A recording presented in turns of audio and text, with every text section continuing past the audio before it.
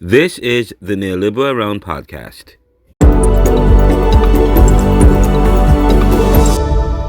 Welcome back to the Neoliberal Round podcast. It's a Sunday.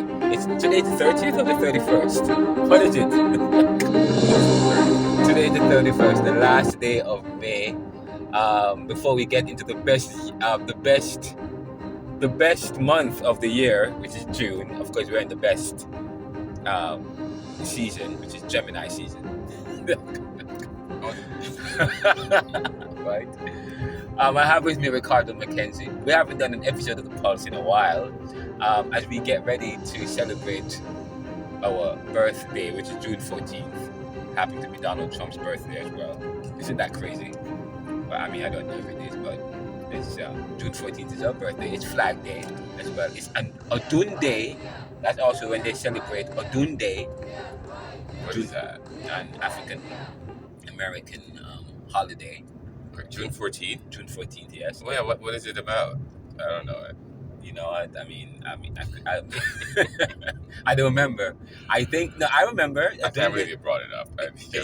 Because yesterday I was in Germantown and I saw an African American shop right around Armored Street. They have an African American shops, small shops, herbal shops and stuff. And it's Adunde.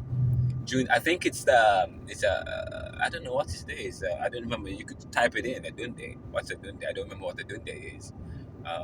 You can look, what do they say what Adunde is again? I don't remember. I know what it is, but I can't remember off the top of my head.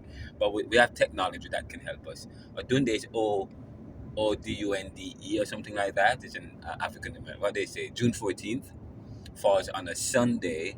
It's Flag Day in the United States. Yes, it's Flag Day in the United States, but it's also Adunde.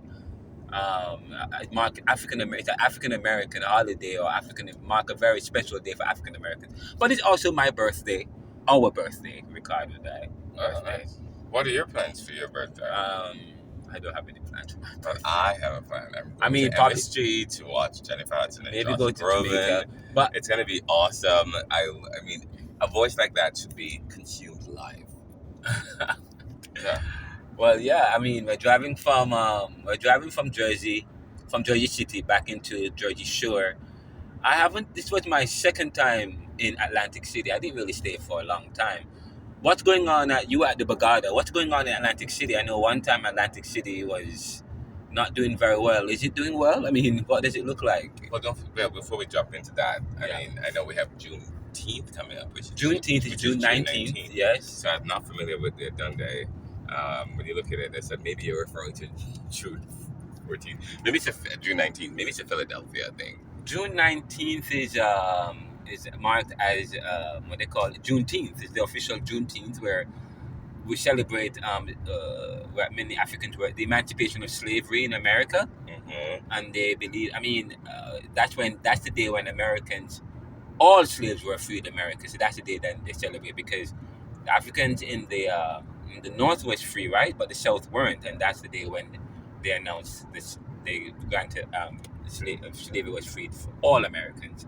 So Juneteenth is the Emancipation Day. In Jamaica, Emancipation Day is July. Maybe I should, you know what? I should really take off Juneteenth. I should really Yeah, take the opportunity to take off that day because it's really a very important day. yeah, Um, yeah, it is. June is a very important. That's when summer starts. I tell you, June starts everything. It's one of the best months of the year, and I'm happy that we were born in June and we're twins. All right, I love But that. anyways, this podcast of the Pulse, so much is happening. What's pulsing? First, let's talk about New York Knicks and Spurs. Let's talk sports. Let's talk about the French Open and what's going on with all the top seeds bowing out, losing. There's Um, so much to Let's talk about FIFA. dive And into. oh my, there's so much to talk about. Well, on the but- basketball front, yes. Yeah. Well, today is the 30th, as we said. So yesterday, the The Spurs. 30th or the 31st? Today's 31st. Sorry, but yesterday and the 30th, the Spurs, the 30th of May, 2026, the tallest basketball player to date, beat up on the MVP, SGA, right? Yeah. To get to the national championships. I'm very proud of the Spurs. I'm very happy that they won. I was very surprised that nobody picked them to get to this far, especially to beat OKC, considering that during the regular season, the Spurs did beat them 4 times. I mean, 4 times. And so everyone was still, even after they won game 1, you should have said, this team has resilience. People still pick OKC, and I see why, because they won last year, MVP. I get it, but when you look to see how resilient this team is, and in terms and how they have played against this OKC team, they actually have beaten them. They have their number. OKC does not know how to consistently beat this team over a number of. They may beat them once or twice, but if you look at their overall matchup, actually, to be honest with you, they're not built to beat. But you know what? OKC never had two of their guys was out. Two guys that's very important that the top player was out, injured. So and they still take them to win, which is weird. I know, but it only tells me that some of these pundits or people who are talking basketball and stuff. I listen to Stephen A. Smith, I listen to Show in the Morning to Get Up, and all of these different shows, and they're all giving they pay them millions or hundreds of thousands of dollars to give these evaluations and tell us what to do, and of course, a litany of yes, they don't. I mean, DraftKings commercial because it sponsors everything that they say. Okay, regard the show, but regardless, I am not saying anything about. I'm just saying that the fact that they would come out and make these decisions or make this, what's the word I'm looking for? Predictions, and then based on I don't know what data, because the data showed. I'm sure the data showed that, to be honest, the Spurs should have won. So I didn't understand how is it that they were picking OKC. They haven't. I mean, it's just all the data pointed in that direction. So it was weird to me, just like the Knicks. I don't know, when Bayama played with so much passion and it infected the other members of the team. He played with a lot of passion. He played with vim, vigor, and vice. I also believe that the team the both teams that are at the finals are the camaraderie they had. This was like a finals between the Spurs and OKC. It was like a final. No, but I'm just talking about this. Before we talk about that, yes, it was a final. It was the Western Conference final. Yes, but it was so intense. Well, I think also the one that's coming up versus the Knicks is going to be intense. What I'm trying to say is, I forgot. I lost my train of thought there. But sorry about that. No, it's okay. Anyway, but for the Knicks, and you talk about the Knicks itself, I'm very happy for them. They've gotten this far. They can win. You think you can't say you can't? Okay, who do you pick to win though? The Knicks or the Spurs? Who do you think have a greater chance of winning based on what you've seen? It's really, really tough for me. Usually, you could say they lack the experience and they're very young. The Spurs team, they're young. This is Victor Wembanyama's third season, and in fact, he only played not even half of last year. So if you think about it, it's really second season. And this is remarkable. He's good. He's a challenge. They did play 7 games. I'm hoping that. So you're not giving it to the Knicks. Who are you giving it to? I'm going to give it to the Knicks. I am calling the Knicks will win this series. That's my prediction. The Knicks will win. It would be great if they win. It would be great for basketball. I do think that they're a better team. People are going to say no. They're better than. Yes. Why do you say that? They're a better team. The depth. They have better depth from top to bottom. They all are shooters. So you don't see the Spurs don't have depth? No, they don't. What? Of course they have. They don't have. Who they have? They only have Wembanyama. No, they have Castle and Vassell and of course Wembanyama. I think maybe others, but they are well coached. They're great organization. Well coached, but that's the thing. They're well coached, great organization. So they are a very well coached team, and that's the thing we are going up against. That's why they were the better coached team. But so now I'm hoping that the Knicks organization, I trust Mike Brown. I love Mike Brown. Mike Brown is a very good coach as well. He's coached LeBron James. He's played in Cleveland. Did he coach? Had he ever been in Golden State? What? No. He was the coach when they won about 3 or 4 titles. Mike Brown? Yes, he was the assistant coach. Oh, so he's been on championship teams. Okay, and in fact, one of the champions think that they had Coach Kerr was out, and he coached them during the playoffs. He was the interim head coach while, and remember, Kerr had some type of illness, and maybe I don't know what he was going on with his life, personal life, and so Mike Brown had to step in and took over the team. But what I love about the Knicks is their camaraderie. Oh yeah, I was trying to make this point: the togetherness, the unity, the belief system. The teams that are in the playoffs the are there because of their unity, teamwork. They look like brothers, camaraderie, and they support each other. I have your back, you have my back. The other teams that didn't make it, you could tell that they depend on one or two people. It has to be one or two. The Knicks, they usually just depend on Brunson. And somebody made a comment that they would never win a title. The team, Ricardo, the Knicks are loaded. The Knicks are loaded. So- they have Bridges. They have what? Ginobili, Mabobi, whatever. But that's the only way the Knicks can beat. They have the East Josh is a Hart. monster. The East is a monster, and with Victor Wembanyama, The East or the West? the West. Okay. The West is a beast, and with Victor Wembanyama, and they're a good team. We needed the Knicks needed to have gone through this. They had to change the team. To be honest with you, I think they were preparing for the Western Conference Final because they knew how good they were, and they answered the test. Whoever the manager is for this team, whoever they have in the organization, leadership, they are good.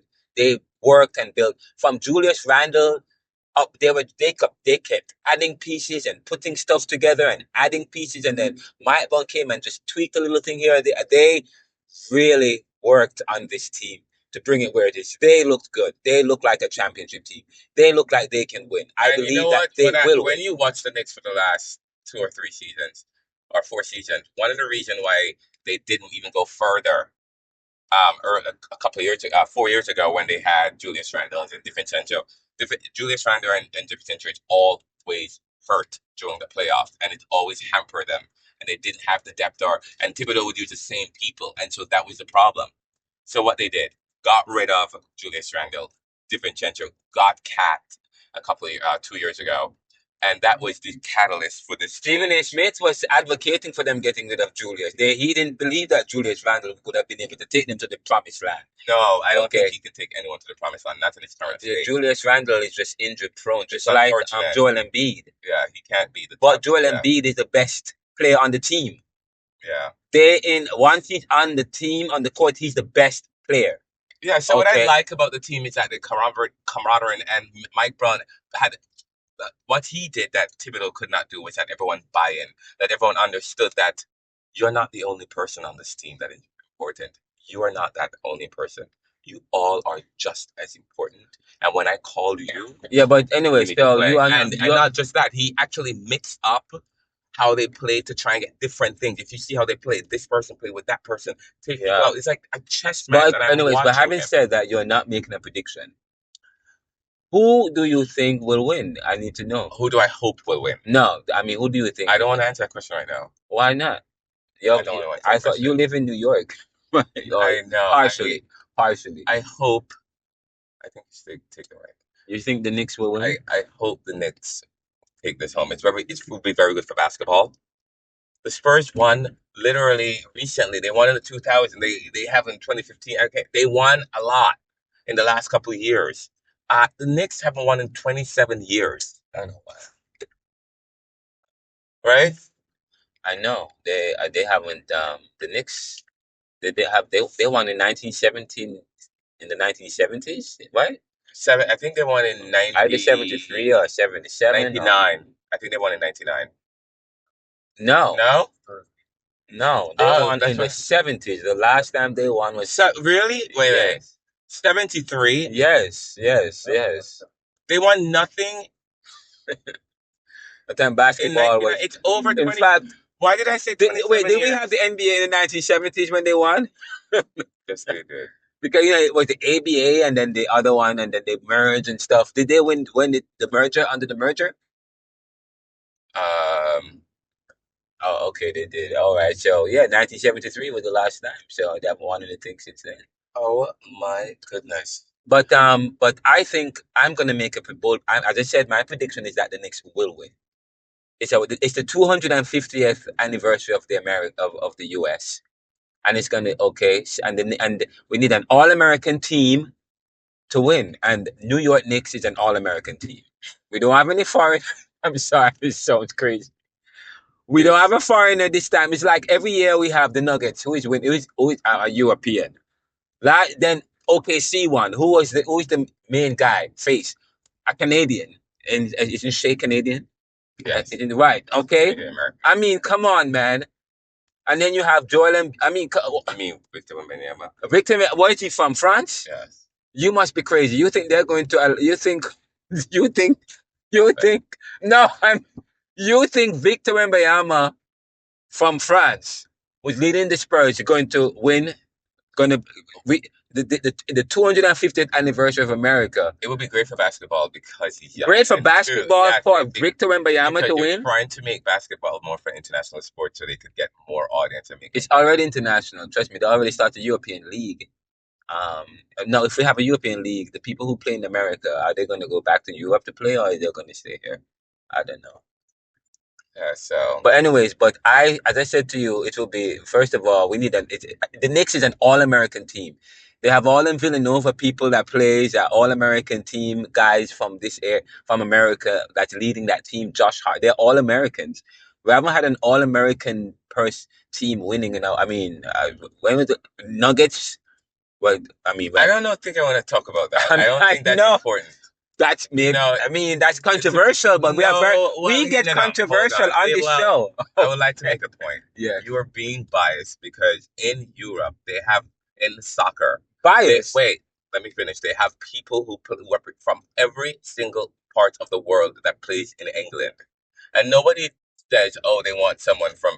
As much as you're talking about it, in fact, soccer is one of the most. That's an international sport because people from the U.S. people from in Jamaica, the Caribbean islands. It's amazing. That sport have people from everywhere representing. Yeah, but people all over the world. You're talking about soccer. Everywhere play soccer, and in the Premier League, it's all English and Premier. It's different. It's a club, but here in the US, the NBA is not that international like soccer anyway, or football. No, I'm talking about the Premier League, which is. Or you have the European League. Yeah, but the Premier League is not a sport. NBA is a sport. Basketball. Excuse me. Premier League is a league. The NBA that's basketball. Ronaldo, stop it. What are you? I don't know what you're talking about. What? That's listen. The National Basketball Association of America. Let's just say that we can't have a discussion about. I mean, yes, you could have that, but this is not a big. But I'm telling you though, an All-American team will win the NBA this year. They're not All-American. There are people in the Knicks team that are not just from here. There are other people. Yeah, but no, I don't want to talk about it because it would be like me going to play a sport and people don't want me to do well because I'm to represent New York Knicks or New York when I play my group, and they don't want me to do well because I wasn't born here. But I'm telling you, I'm representing. I don't think that's a good argument. I'm telling you though, an All-American team will win this year though. I'm telling you, the Knicks will win. Will beat. Well, I have to tell you, the beauty about New York is that we are salad. We are out of many. I always feel as though we are typical. The Big Apple. We are. We are. We represent so many walks of life, so many nationalities, so many different groups of people, and it's amazing to see when you see the Knicks when you have people from all over the world celebrating this win. And so there you go. So just stop saying, and nobody's thinking about All-American and stuff. I don't even think they think about that. All right, I don't think you should, because there are also other players on that team as well. All right, I think basketball they're trying to make it more international, and I think that's important. That's great for the sport. Well, yeah, basketball, but the NBA is not international. The NBA it's played in America, okay, and we've been lacking strong American players over the last couple of years. We need to develop American players, develop American dominance, okay, and this is the year for it. The NBA has demonstrated that they have put a group of guys together who have chemistry, who come from the Big Apple, the heart of American excellence, New York. Okay. This is a business. Yeah, and that too. I want to let you know, it's a business.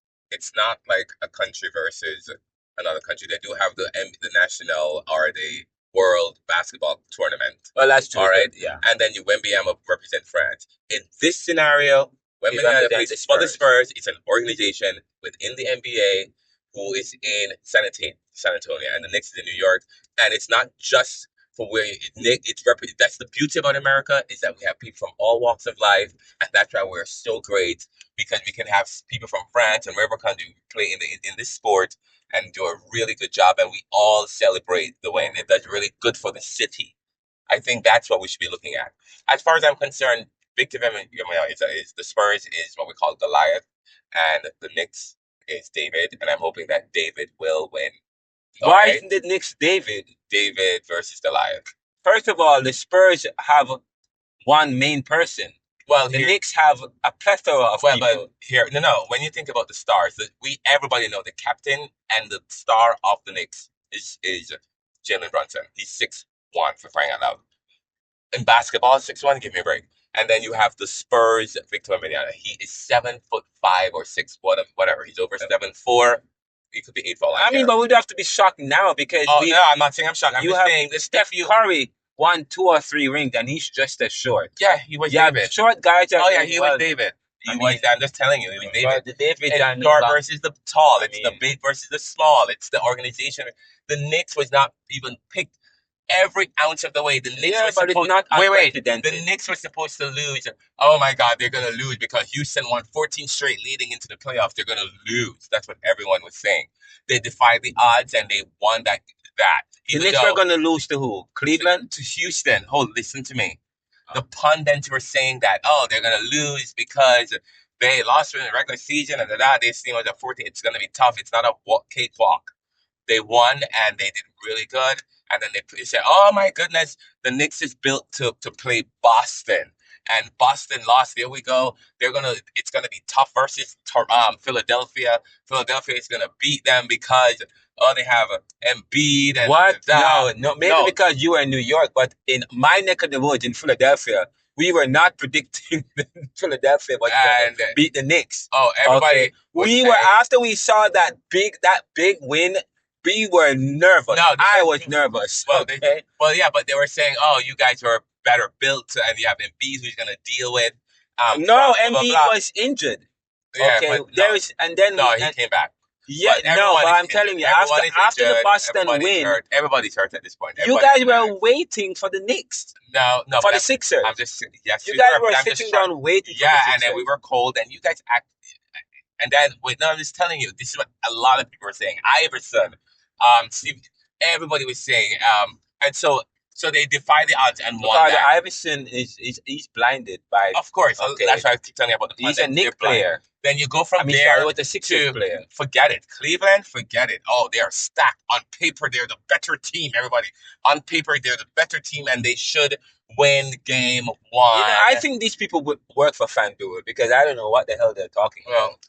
I couldn't care less. All I'm just telling you, they should. But guess what? The Knicks defied the odds, and they came back. In fact, in one game, the referees were like, you know what? Let's just make this an even game.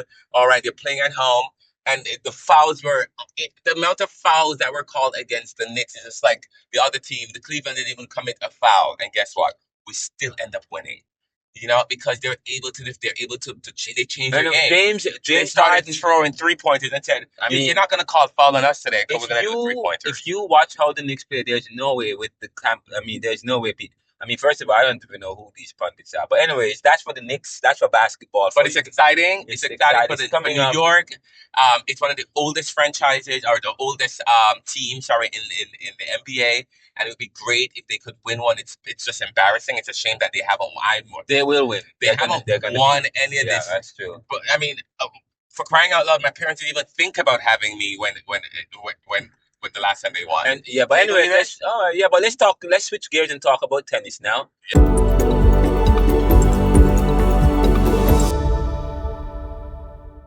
Yeah. But we're looking forward. Let's talk. The French Open is on. What's going on in tennis? I think you have more news oh my goodness, more updates for me but I've been watching it here, there. A lot of upsets this year at the French Open. It's what's going on in the French All right, Open? so the French Open tennis tournament is one of the four majors. It's the second major of the year. This is a Grand Slam, we call it, one of the biggest tournament where all the top players have to play, and it's mandatory. It's mandatory for, especially if you're in the top 20, or you have to play. Um, and this is a huge. Coca Golf won last year. On the women's side, on the men's side, we had Alcaraz, but this year, Alcaraz is out with a lot of the top seeds on the men's side was out.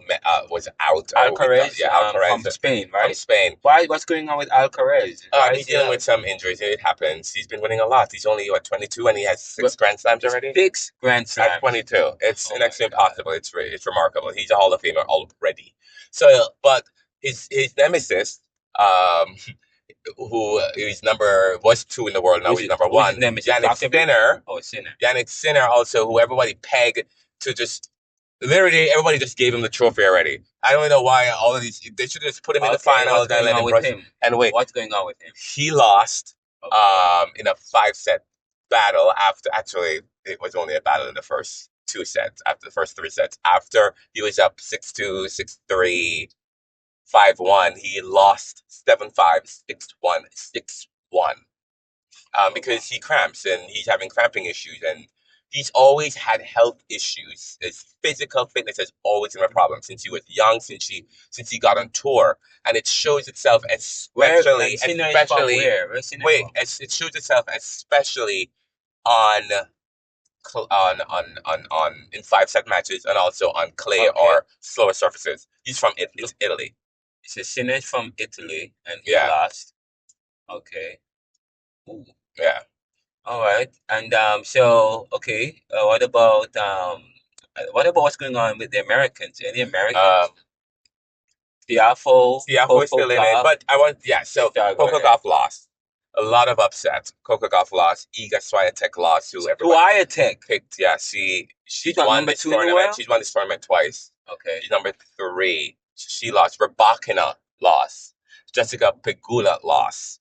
These are all top 5 people in the top 6 in the world, by the way. Yes. So a lot of these people. So the only person left that's in the top 5 is Sabalenka.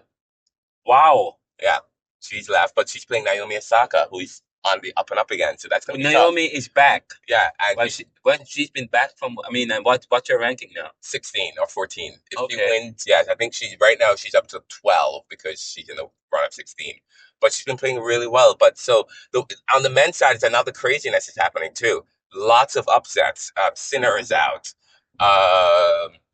Djokovic is out. Right, he was upset by a Brazilian. By a teenager. So all of the young teenagers, they are poised and they're ready to take on the mantle. They're saying, no, Sinner and Alcaraz, you're not going to do this to us because... Gael Monfils retired. They said that his protege, or the guy that's supposed to replace him, this Kwame, black guy, French black guy, looks very powerful, strong. Yes. He lost, though. He lost to a Chilean from Cabilo is his name.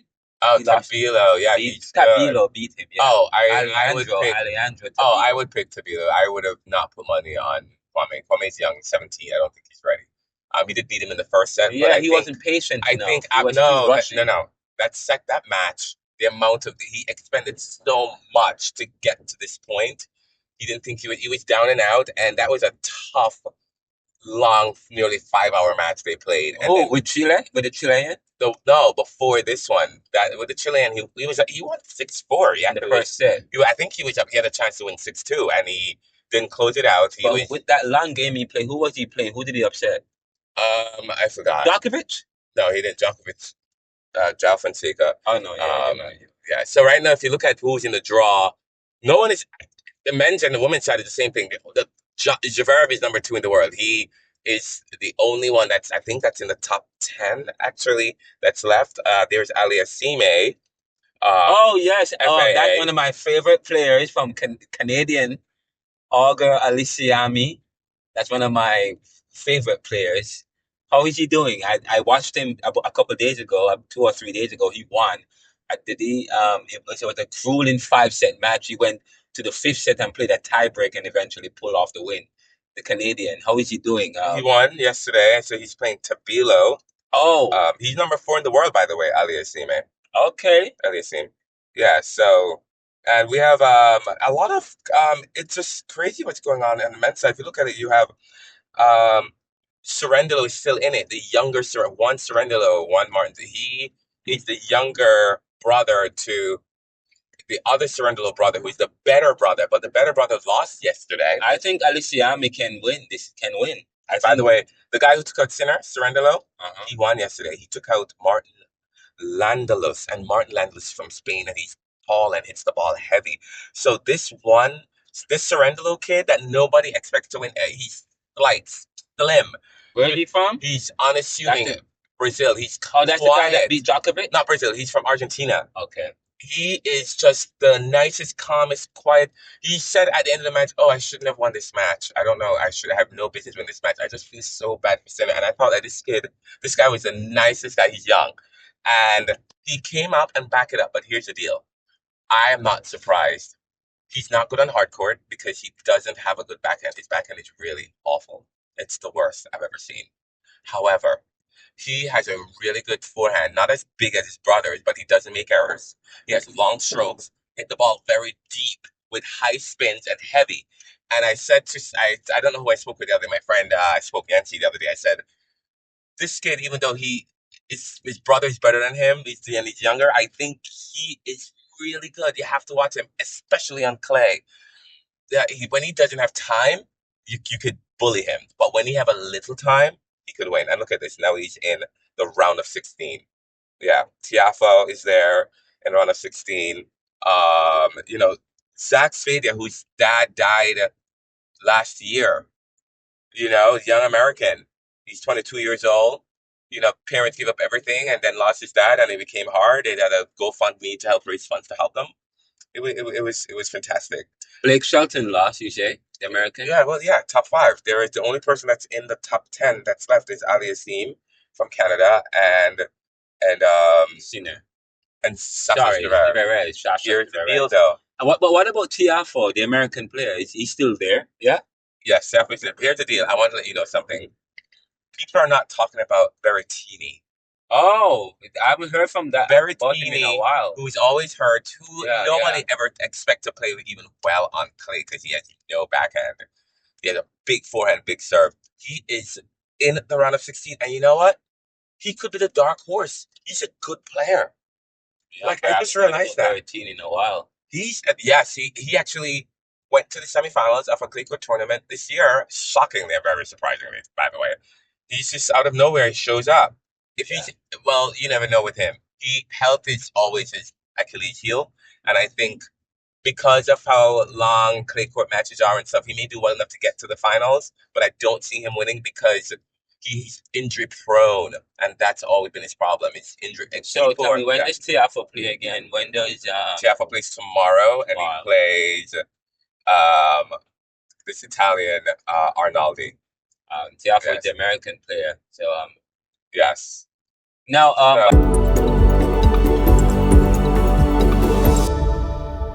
by the way, there is news that you shared with me earlier that Serena Williams is planning on returning to the court, professional tennis. Yes. So Serena Williams it's very exciting. A lot of people don't like it, and I'm like, why not?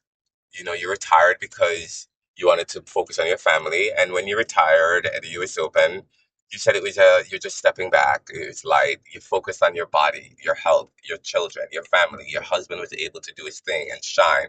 And now you're in a good spot. Now you're able to, if you think you have the game still and you could move and the ability and you have something to prove, do it.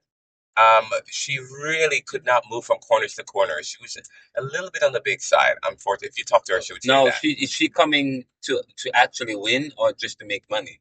Serena Williams does not do anything unless she thinks she can win. If she can't win, she's not going to play. And the reason, when she played that U.S. Open, her farewell U.S. Open, she did not think she could win. If you ask her that, she's going to tell you, she was just playing an exhibition match? She was playing the U.S. Open as a farewell, and she won the number 2 player in the world, and she got to the 3rd round. And listen, it was shocking. She haven't actually played in months, nearly maybe 12 or 13 months, and she went to the third round. So now, fast forward to now, she did GLP-1. She lost the weight. Her youngest daughter is now 2.5, going to be 3. Her husband is in a good spot. They have a WNBA team. They now have a NASCAR racing team. Investment. So they're in a good spot. So Okay, well, she's always been wealthy, so I'm not sure. No, but that's not her. She's driven. People who are driven, it's not just for wealth why she's doing it. She's just a driven person. It makes her happy just to see success. She loves to plant everything. She wants to plant a seed and see it grow. And she's all about winning. She doesn't like to lose. So if she knows, and that's Serena. So she's coming back because she thinks she's ready. She's been practicing. She's been practicing hardcore. She has been putting in the work. You see her, I know she is. Her service, and she's playing doubles, which, you know what? She's doing it right. She's not coming in back to play singles. You need to get your body adjusted to match play. So if I were her, I would play a couple doubles. She's playing doubles, Queen's Club, and maybe another tournament and see how she does. So she's going to play doubles with who's she going to play doubles?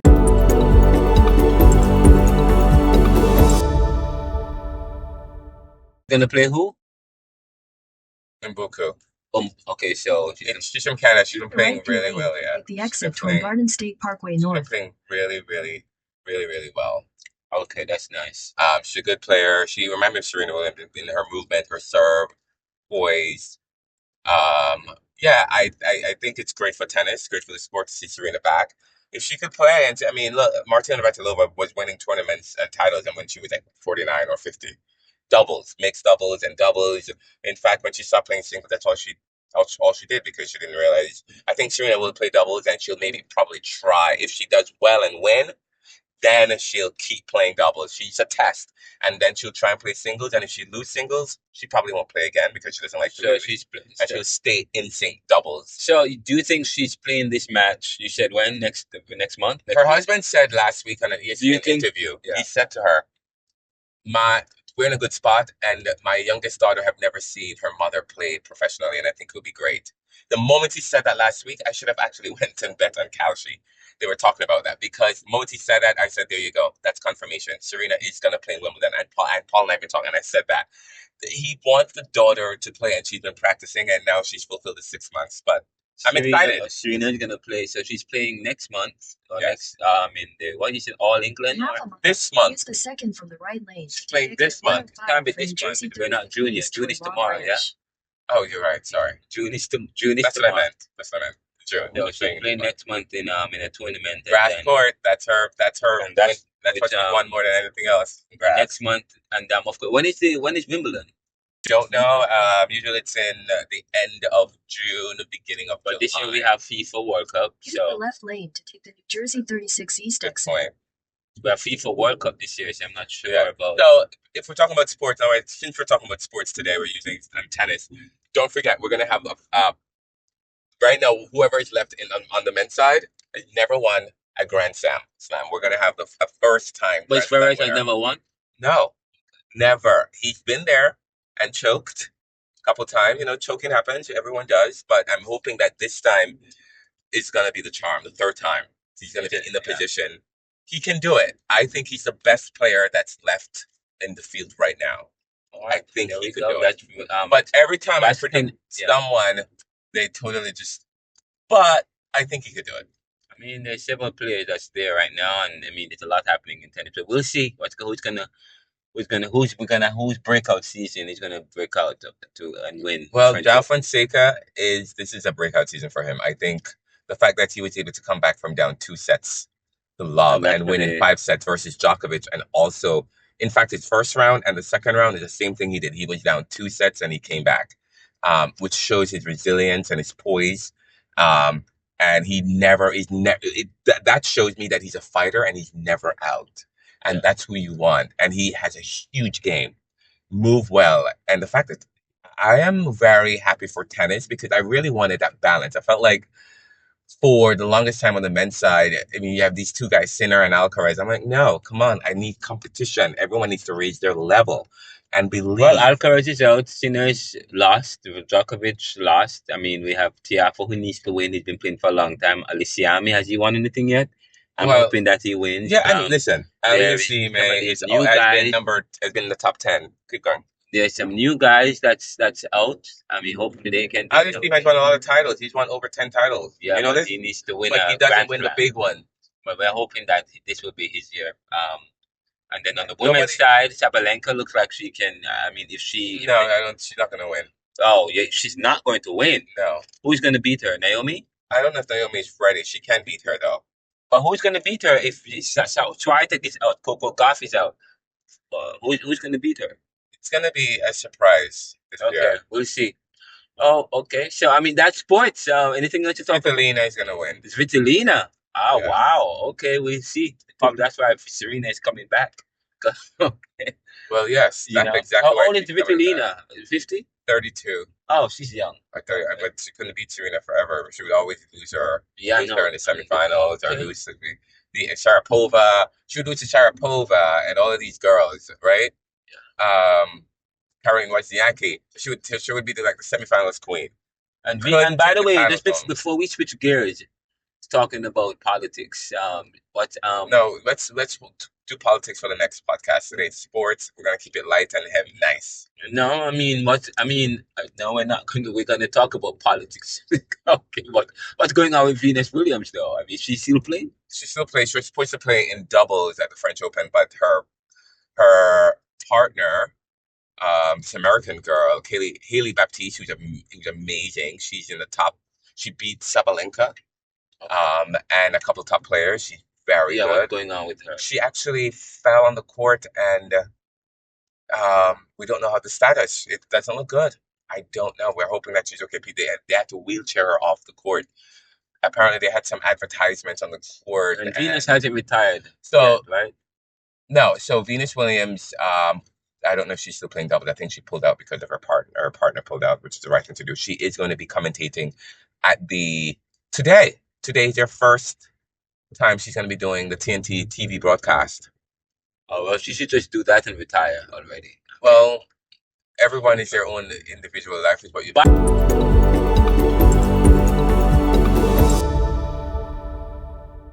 By the way, have you heard anything about LeBron James? She shouldn't retire. I'm sorry for switching gears back over because since we're talking about what about LeBron James?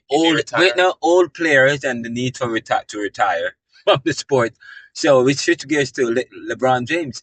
I hear that. I mean, I heard some pundits on 97.5, The Fanatic on the radio, ESPN, talking recently that he might retire. This year, they're saying that they think that he might go back to Cleveland and finish up in Cleveland. Have you heard that? Well, people are throwing stuff around. You know, they always throw stones just so that people could respond to get people talking. I couldn't care less. Whatever he does is what he does. That's up to him. He is 41 years old. He's an older basketball player who went to the second round without Austin Reeves or with an injured Austin Reeves, and the best one of their number one players was not there. What is it? Luka? Whatever the Doncic, whatever the Serbians. But if you think about LeBron's career as a whole, it wasn't centered. He wanted to win a lot of titles, but I don't think it was centered around winning. At this stage of his life, because he's 41, it's not centered around winning another championship. I know he wants it, but it's not. It can't be.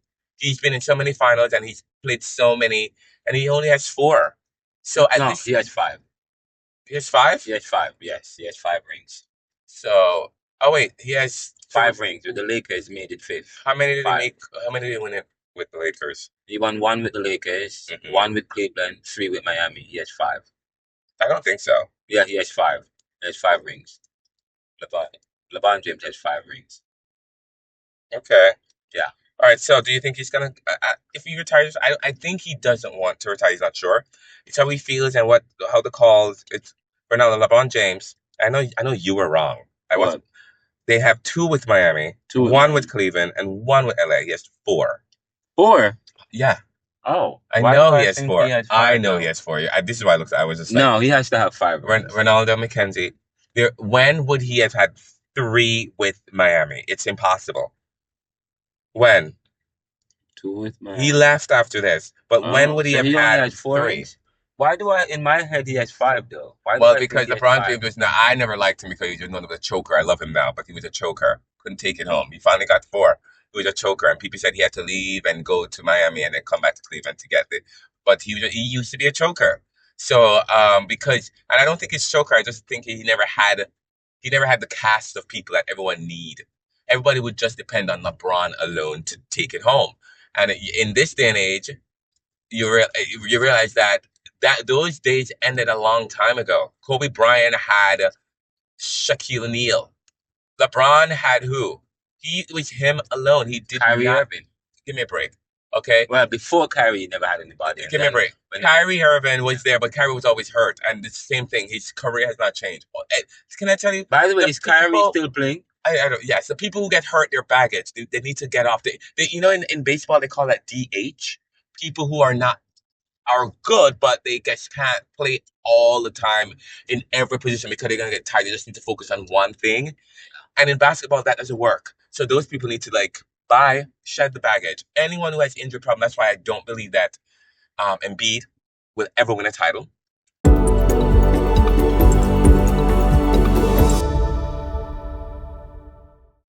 On the court playing, he may go to a team that is good, but he's gonna play.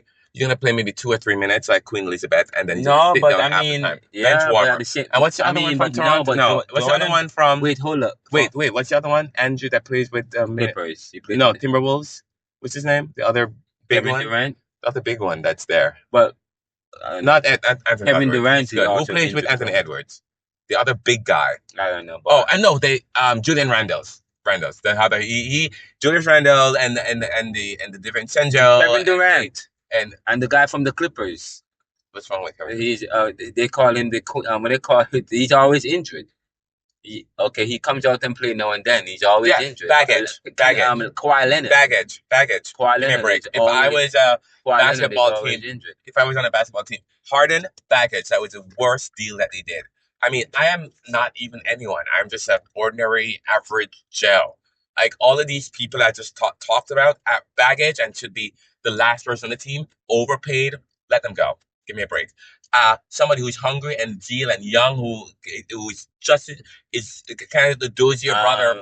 You know why I say this? First of all, always hurt. Let me make this point though. Always First hurt. of all, baggage. The Clippers. Get rid of them.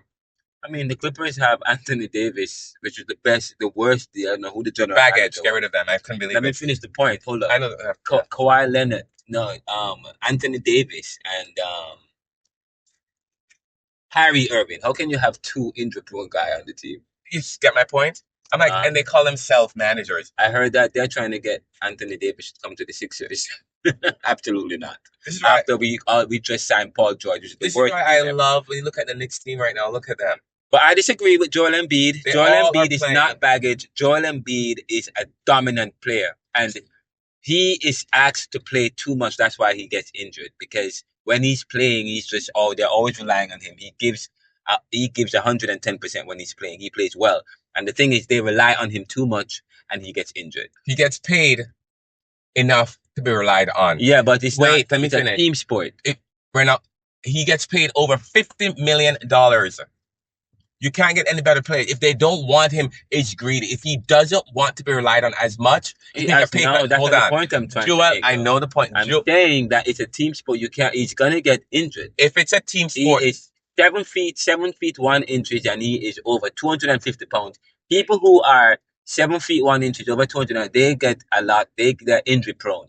Renaldo Mckenzie, again, I heard your point, and you didn't hear mine. What I said to you is that I get what you're saying. I'm not saying it's wrong. But if that's the case, then you shouldn't be paid $55 million. If you want it to be a team sport, then lower the pay. You get way too much money. The reason why they depend on him so much is because they cap their high speed. They paid so much. They're top heavy. The Knicks, 5 of the players make up what 3 of your top players get paid. Okay, and that's my point. What's his name? Lower his salary. You see, this is why I want someone like that on my team. Jalen Brunson gets paid $24 million. One of the lowest for a captain in the team. Even lower than Anunoby. Even lower than Kat. Why? Do you know why he did that? Why? Because he needed help. He knows that he has Mikal Bridges need to come and get paid some decent. His friend, and he knows Michael Bridges is a horse. No, he's not a horse, a llama, whatever he does, a mule. He does not get tired. He plays 43 minutes all the time. That's why the Knicks are so good. Because we have a captain like this who's able to take a pay cut just so he can. That's why I don't like Joel Embiid. You're telling me a team. Yes, if it's a team, the Knicks is a team. That's what I'm trying to say. They're a team because they're able to manage the money that they pay people to get a team to play. Well, first of all, they're over the luxury tax. New York Knicks is willing to do that. Sixers is not willing to do that. Okay. To do what? To pay people to come on the team. Okay. They're not willing to do that. They're over the luxury tax as well. I've proved you wrong maybe 3 times already. Should I look on here again and tell you what the pay is between the Knicks? I mean, you can tell me the pay. It's more on your team. I mean, listen to me. Based on what Listen to what I'm going to tell you. What's that? Your team gets paid more than the Knicks put together. In fact, and why? Your top 3 team members are paid like 6 of the Knicks starters is what 3 of your people are being paid. There we go. But yet still, Joel Embiid is still asked to do more than these guys. Okay, if you look at the last games with Joel Embiid, so you're saying that he needs... No, but if 3 of your top players are paid more than 6 of the team players, which means you don't have enough. You have 3. You have a company. I have 6 people in this house that get paid $10 million, and 3 people in that house that get paid $12 million. Yeah, but that's the point I'm trying to make is it doesn't matter. Okay, we don't have a bench. 1, 2. That you only. How do you fix the bench? Wait, no, you're only talking about 3 people. How do you fix the bench? We need to get people. Okay, and wait, you're only talking about 3 people with your 10 people. Okay, I mean, you only tell me what 3 people. How much? The total amount of, when you put all the team, your organization, the Knicks pay more money or put together. You're only talking about 3 people combined. Okay, that's only 3 people. I'm talking about Renaldo. You have about 10, 15. No, we don't. I'm talking about 10 the bench. No, I'm talking about the top Renaldo. You only talk about, talk about 3 people who we pay. Paul George, Tyrese Maxey, Joel Embiid. I could have gone more. Okay. If I call Renaldo, hold on. Nobody else gets Renaldo, paid on that listen team. to me. I don't need to because if I add the rest of the people...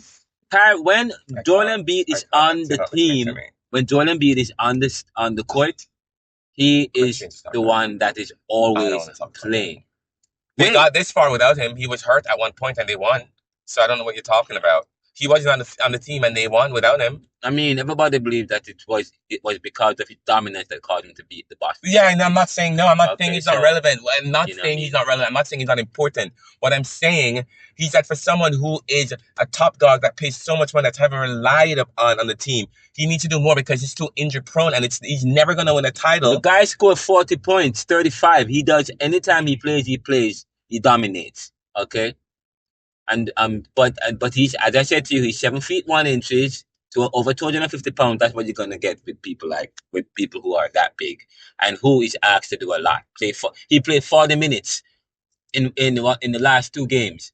Okay, and the last 2 games when he played the Knicks, he outperformed all the other members. Fine, you get more money than everybody else, but it doesn't matter.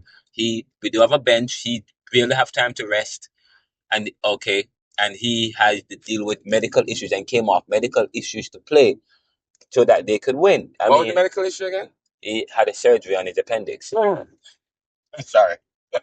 What? His appendix. Yes. What's wrong with Paul, tell me about your appendix, baby. Educate Renaldo. What are you talking about? This is sports. Come on. What? Well, I don't know what you're talking about. Paul took out his appendix. Okay, but does he play right away? You don't go play right away after you take it out. How long was he out for? I mean, I don't know, but you don't go play right away. All right, well, let's see. I'm old. I'm 47, but I'm going to tell you right now. Let's see. Yeah. And the only way he wins, I'm telling you, is unless they change that entire team and bring somebody else on, like you said. No, I don't think so. We need chemistry. Chemistry wins. It's a team sport, okay? Chemistry wins. I don't believe that Joel Embiid should leave the team. Joel Embiid should remain on the team. We need to develop chemistry. Nobody's going to take him. Who's going to take him? Nobody wants him. He's good. And this year, this was the first time in the playoffs he played. This is the best playoffs he's ever played. Okay, just so you know. He looks the best this time around. So, but anyway, this is the Neoliberal Round podcast. This is the Pulse talking with Ricardo on a Sunday, May 31st.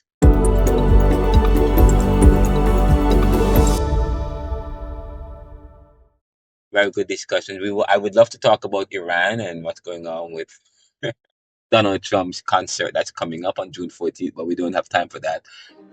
Yeah, but this was great talking with Ricardo.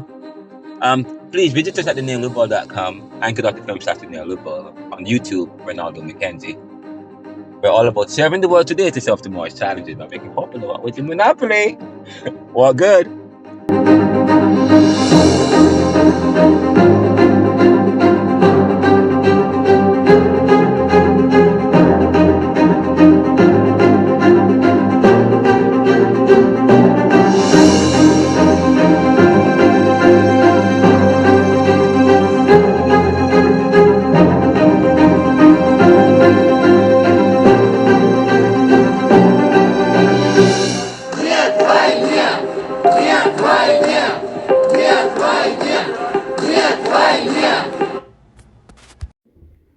This is the Neoliberal Round podcast.